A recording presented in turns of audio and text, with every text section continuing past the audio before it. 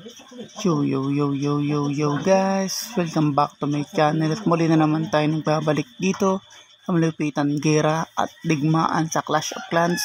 Kung bago pa lang tayo mag-umpisa mga pre, huwag kayong kalimutan mag-like, subscribe, huwag kayong kalimutan pindutin yung notification bell at all para hindi ulit sa malupitan video rito guys sa Clash of Clans. Ako nga pala si Ryan Gamer.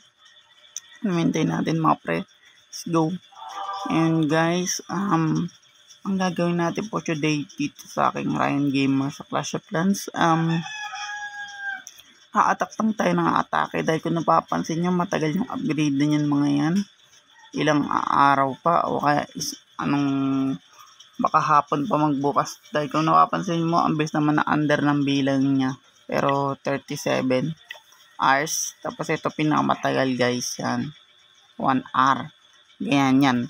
Yan pa lang yan guys, matagal na yan. Lalo pag nag-anon pa tayo, nag TH6 pa tayo, matagalan yan. Pag TH6 siguro 1 day, 2 day, 1 day, ganun. Minsan 4 day pag grenade launcher yung upgrade natin. At ito, ibabalance ko na yan mga par, parang malakas yung damage natin. At upgrade ko na rin yan para lumakas yung mga tao natin guys. At ito rin, upgrade ko na rin yan. Kung napapansin nyo, parang bakit isa lang yung tao? Dapat, di ba dapat dalawa yan? Bakit napapansin nyo, isa lang nandiyan dyan? Kaya, attacks tayo guys. Sa kalaban na mahina para mabawi natin yung score natin guys. Ang maganda bigay sa atin yung... Ito pag nag-green yan guys, may ginawa siya dyan. Siguro ginamitan niya ng pass, mapabilis ng pera, ganun ginawa niya doon mga pre. Madali lang naman yun. Ano yun, parang gamot lang yun na, parang gamot lang yan. Ang mga pre yan, may pre kasi guys dito sa Clash of Clans, may pre. Pag may pre yun, pwede mong gamitin doon sa iyong base. At mapapabilis yung labas ng tao, tsaka yung liliwanag yung mo lugar mo. Yan, start natin. Yan, may grenade launcher at may depensa siya, may kasama siya, sabihin may may malakas na grupo yun mga pre. Tapos ito, papansin nyo may grenade launcher, ayan yung inatake natin na nakaraang araw. Start ulit natin yan. Wala, start natin. Wala kang nakikita guys, kung nakikita nyo. Wala tayong ma-attacking matino mga pre. Ito kung nakikita nyo yan, white yung bandera, isabihin hindi pa siya handa ng tirahin pag ganyan mga pre. Dapat matuto kayo pag may nakikita kayong ganyan. Next natin ulit. Yan, may depensa ulit. Next ulit. Yan, wala tayong makitang matino guys. Kung grenade launcher guys, malakas kasi yan Diyan tayo yayariin As damage niyan, pakita ko sa inyo guys kung gaano kalas ang damage nun. To, okay na to. Saka na lang natin to ulit. Kalat natin yun dyan, tapos archer.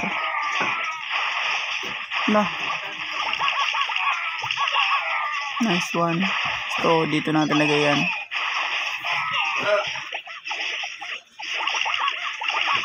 Nice one. Dito ulit archer. Para mawasak yung depensa. Yan yung depensa kasi guys, yung mga kanyon. Yan.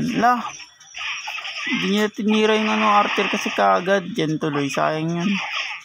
Papansin nyo guys, mahina pa yung base na yan. Pero grabe na yung grabe na yung damage sa mga tao natin. Pero makapansin nyo guys, yung archer natin. Level 2 na yan.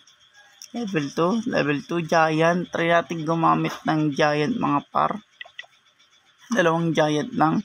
Tapos i-balance natin to mga pre. Kaya 30 20. Dapat ito yung 30 kasi mas malakas yung archer. Tapos 20 na ito. Yan. Kapansin nyo mga pre, matagalan yan. Kasi nga, kumuha tayo ng giant. Dahil, yun nga, wala nagdidepensa sa maliliit. na archer tsaka barbarian. Pero pag may giant guys, dinidepensa ng giant kasi yan. Meron na tayong world breaker, pero kung napapansin nyo, hindi pa importante sa atin yan dahil hindi pa malakas yung giant natin. Sa giant natin na ano yun mga pre, sa giant nating ididepensa yan mga anong yan, dalawang yan, yung barbarian tsaka yung archer, depensa dyan sa giant.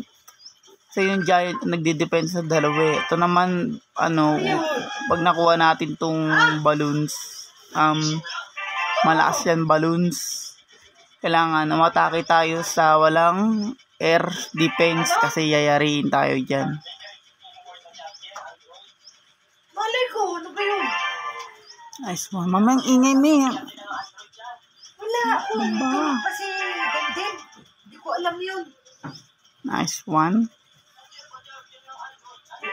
Wala nga. Wala akong ganun. Charger ko lang meron. Yan. Ingay talaga dito sa bahay namin guys. Nice. Tayo na lang natin yan at atake tayo. Pasyensyahan nyo na ako guys kung bakit ganitong katagal yung aking uploading dito sa aking Clash of Clans. Kasi minsan talaga mapapansin yung mga pre ganyan katagal ang Clash of Clans na laro. Di basta-basta to mga pre. Pinakikita nyo naman. Kung aanin ko sa aking channel na Ryan Gamer, 10 minutes lang, matagal talaga yan mga pre. Abutin tayo ng ilang araw bago lumakas. Pero okay lang yan guys. Lalakas at lalakas tayo kahit anong mangyari. Kasi nga, mapansin nyo, nag-upgrade ako pero yung tao natin, ang tagal natin mabili yung mga pre. Higit 300 pa ata yan. Kaya siguro baka kukunin ko na yung mga pre.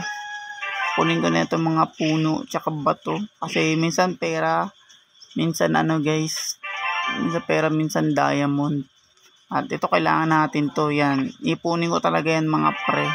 Para mabilis natin makuha yung itong gusto natin kunin guys na walang iba kundi yung tao. Yan 500 kasi ang mahal oh. Kita nyo naman guys, di ako nagbibiro. 500, hindi yan pera mga pre. 500 diamonds. Hindi yan pera. Kaya huwag yung sabihin nakacheat tayo guys. Dahil yun nga, mahirap talaga yan. Clash of Clans, mga normal na tao na mga bata siguro, mahirapan din sa Clash of Clans. Kaya papansin nyo yung mga nagbablog nito puro matatanda. Dahil di kaya ng mga bata yung laro ng Clash of Clans. Meron naman nakakaya yung talagang gustong-gusto yung laro ng COC, pero pag minsan binubura nila. At yun, mga kaibigan ko, tulad ng kaibigan ko, binubura nila yung COC nila. Kasi pag lumakas ka dito talaga sa Clash of Clans mga pre, malakas ka talaga. Yan, atake na naman tayo, konting-konten na lang mga pre. Hintayin na lang natin yung barbarian. At yung damage ng mga pre, yung papakita ko pala. Yung giant, kasi pag na-upgrade natin yan, 11 damage, tapos 300 yung buhay. Hindi na rin masama. Ang kunin natin guys ay ito. Pag na-upgrade na natin, 25 yung damage yung buhay, 150. 25 plus 25, di bali ang lakas ng damage nyan guys. Pag yan nyo sa ating calculator, matagalan damage nya makate. Plus lang yun guys, 25, ganun yun. Nice one. At konti na lang mga pre, matatapos na naman tayo dito sa aking ultimate channel. At siguro sa susunod na lang natin atakin to. Isa pa nating videos guys. Minsan talaga may vlog ako ng tatlo guys. Dahil yun nga, ang kailangan natin minsan mag-grind ng iba pang game dito sa aking Ryan Gamers para marami pa tayong mapasok pag lumakas na tayo dito guys sa aking Ryan Gamer dito sa Clash of Clans. At kung bago pa rin tayo matapos mga pre dito sa malupitan game na Clash of Clans, huwag niyo kalimutan mag-like, subscribe, huwag niyo rin kalimutan bitutin yung notification bell at all para hindi ulit sa aking malupitan video rito guys sa Clash of Clans. Kita-kits tayo mga pre sa TH7 hanggang TH11. Kita-kits tayo dun guys dahil mapansin nyo matagal-tagal pa yon. At maraming salamat sa mga nanonood sa akin and peace out.